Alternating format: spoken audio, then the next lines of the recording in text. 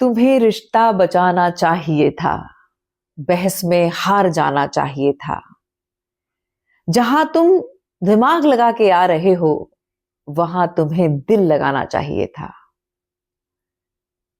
दोस्तों, आज का वीडियो उन प्यारी महिलाओं और पुरुषों के लिए है जिन्होंने समर्पण के साथ अपनी दाम्पत्य जीवन, अपनी मैरिड लाइफ को हमेशा प्राथमिकता दी। उन्होंने अपने पार्टनर के इमोशंस को रिस्पेक्ट दी, वैल्यू दी, पर हाल फिलहाल में ही उन्हें पता चला है कि उनके पार्टनर का किसी और के साथ संबंध है या फिर मल्टीपल रिलेशनशिप्स में। इस गंभीर विषय पर बात करने के बाद भी कोई सॉल्यूशन नहीं मिला है और अफसोस इस बात का है कि वो अपने पार्टनर को तलाक नहीं दे सकते, क्योंकि बच्चे बड़े हो रहे हैं, उनके ऊपर परिवार की जिम्मेदारी है। उन्हें लगता है कि अगर वो तलाक का निर्णय लेते हैं तो इसके बाद उनके भाई बहनों के रिश्तों पे असर होगा, वृद्ध होते हुए माता पिता की हेल्थ पर असर होगा, और इन सब चीजों को ध्यान में रखते हुए वो साहस नहीं जुटा पा रहे हैं कि वो तलाक लें, और इसका नाजायज फायदा उनका पार्टनर उठा रहा है। तो अब ऐसी सिचुएशन में क्या किया जाए, इस गंभीर संवेदनशील विषय पर ही यह वीडियो है। पर इससे पहले मैं आप सभी का तहे दिल से शुक्रिया अदा करती हूं। आप लोगों के बहुमूल्य शब्द ही मुझे कुछ नया करने और सीखने की प्रेरणा देते हैं, और वही मैं आप लोगों के साथ साझा करती हूँ। साथ ही साथ मैं यहाँ पर 2 नेगेटिव कमेंट्स का रिप्लाई देना चाहूंगी, क्योंकि अगर कोई फन के इरादे से, जस्ट मजा मस्ती के इरादे से भी कुछ नेगेटिव लिखता है तो आप अपना कर्मा खराब ना करें। पहला कमेंट मुझे एक्स्ट्रा मैरिटल अफेयर पर एक कमेंट मिला। उसमें एक भाई ने कहा, ये मैडम तो खुद दोगली है, कभी पुरुषों के हक में बात करती है, कभी महिलाओं के हक में। यहां मैं ये बताना चाहती हूं कि जो चीटिंग है वो चॉइस है और वो व्यक्ति की प्रवृत्ति है, तो इसमें दोगलेपन वाली बात नहीं है। जहां पुरुष सही है मैं पुरुष की बात करती हूं, जहां महिलाएं सही हैं महिलाओं की बात करती हूं। अब अगर आपको ये लग रहा है कि मैं दोगली हूं, तो मैं यहां ये बताना चाहूंगी, जो लोग मुझे ब्लेस कर रहे हैं, जो लोग मुझे प्रेरित करते हैं, या फिर जो लोग मुझे दोगला कह रहे हैं, वो ये भली प्रकार से समझ लें कि मैं वो नहीं हूं जो आप मुझे समझ रहे हैं। आप मेरे भीतर वही देखेंगे जो आप हैं। अगर मुझे कोई ईश्वर का निमित्त बना के इस वीडियो को देख रहा है, निमित्त मानकर देख रहा है, तो वो आपके ही मन की पवित्रता है।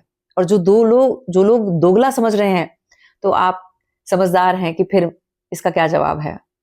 अब जो दूसरा कमेंट है वो ये था कि बीते दिनों 1-on-1 सेशन में एक भाई ने अपनी जो समस्या थी वो साझा करी। उसमें उनकी वाइफ का एक्स्ट्रा मैरिटल अफेयर था 1.5 साल से, और 10 साल के रिलेशनशिप में वो अपनी पत्नी के साथ हैं, जिसमें उनकी पत्नी ने उनके माता पिता, भाई बहन के साथ अपनी जिम्मेदारी को बखूबी निभाया है। शादी से एक बेटी है।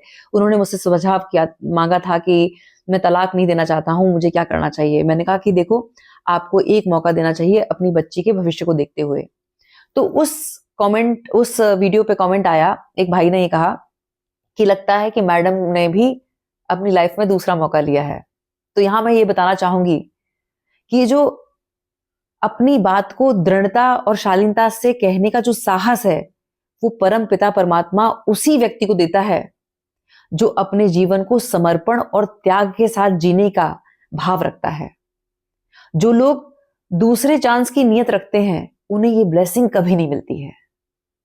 बाकी आप समझदार हैं। अब हम इस गंभीर मुद्दे पर आते हैं। कल एक वीडियो मैंने देखा है और उसी ने मुझे प्रेरित किया है कि मैं इस बहुत जो इंपॉर्टेंट विषय है उस पर काम करूं। वीडियो में मैंने देखा कि 10 साल का रिलेशनशिप एक भाई का था, वो भी अच्छे से सेटल था, और जिस लड़की के साथ वो रिलेशनशिप में था वो भी जॉब कर रही थी। भाई बहुत दिनों से कह रहा था उससे कि हम शादी करते हैं, और वो लड़की कोई ना कोई एक्सक्यूज दे रही थी। अब 10 साल के इंतजार के बाद फाइनली उन्होंने एंगेजमेंट की। एंगेजमेंट होने के बाद उसे ये पता चला कि वो लड़की किसी अन्य पुरुष के साथ जैसलमेर गई है, और जब उसके हाथ में वो सारे प्रूफ्स लगे तो उसने उस लड़की से बात करी और क्लियर कहा कि अब मैं तुमसे शादी नहीं कर सकता क्योंकि तुम मेरे साथ चीटिंग कर रही हो। उस लड़की ने स्मार्ट तरीके से ये बात अपने भाई और माँ को बताया। माँ और भाई ने उस पर प्रेशर बनाया कि अगर तुमने मेरी बहन से शादी नहीं करी तो हम तुम्हें झूठे केस में फंसा देंगे। और वो भाई इतना एंजाइटी, इतने डिप्रेशन में था कि उसने सुसाइड कर लिया। यहां यह समझने की जरूरत है कि अगर कोई व्यक्ति, हम समर्पण के साथ उसके साथ रिश्ता निभा रहे हैं, और अगर कोई व्यक्ति चीटिंग कर रहा है तो वो व्यक्ति तो धोखा दे ही रहा है। लेकिन अगर आपके भीतर आत्महत्या का एक हाल आ रहा है और आप आत्महत्या जैसा कोई स्टेप उठाते हैं, तो धोखा आप अपने माता पिता, अपने भाई बहन और इस जीवन से कर रहे हैं। क्योंकि ये सुंदर जीवन आत्महत्या के लिए नहीं मिला है। आत्महत्या जैसी चीज अगर नेचुरल होती तो कोई बटन हमारे भीतर ही होता, कि उसमें ये होता कि अगर हमें नहीं जीना है तो हमने वो बटन अपने आप ऑफ कर दिया। आत्महत्या पाप है, इस बात को आप भली प्रकार से समझें। आप एक बार मरेंगे, आपके माता पिता तिल तिल करके हर रोज मरेंगे, और आपको कोई हक नहीं है कि आप अपने माता पिता को ही सजा दें।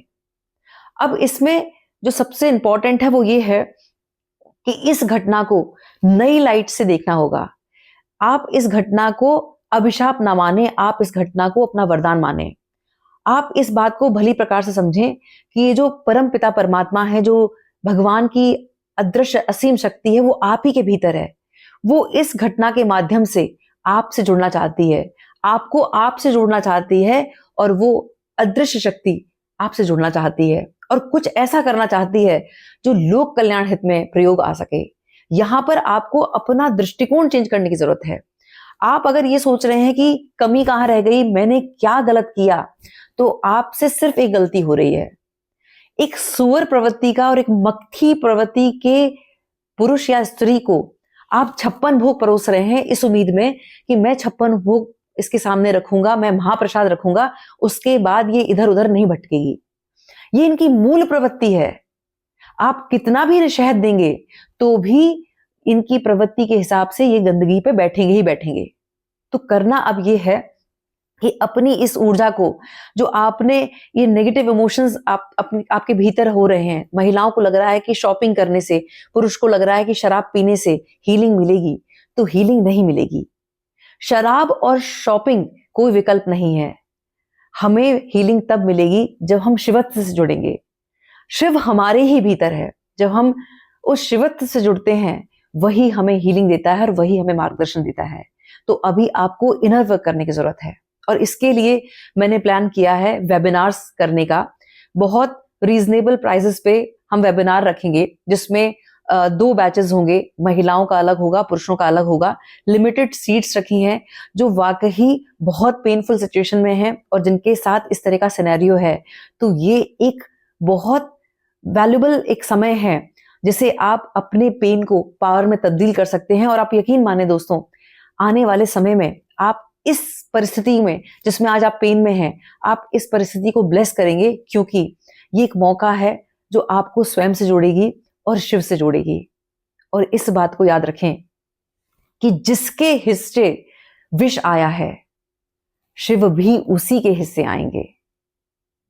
डिटेल्स जो है वेबिनार्स की, वो आपको जो कमेंट सेक्शन में या फिर डिस्क्रिप्शन बॉक्स में या फिर स्क्रीन पे जो आपको नंबर मिलेगा, वहां आप व्हाट्सएप पे कांटेक्ट करके ले सकते हैं।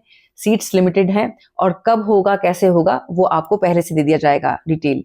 और साथ ही साथ रिकॉर्डेड वीडियो भी दिया जाएगा, ताकि अगर कहीं आपका स्किप होता है तो आप इत्मीनान से इस पावरफुल नॉलेज से जुड़ें और अपने इस अभिशाप वाली सिचुएशन को वरदान में तब्दील करें। बहुत बहुत आभार। नमस्कार। जय श्री राम।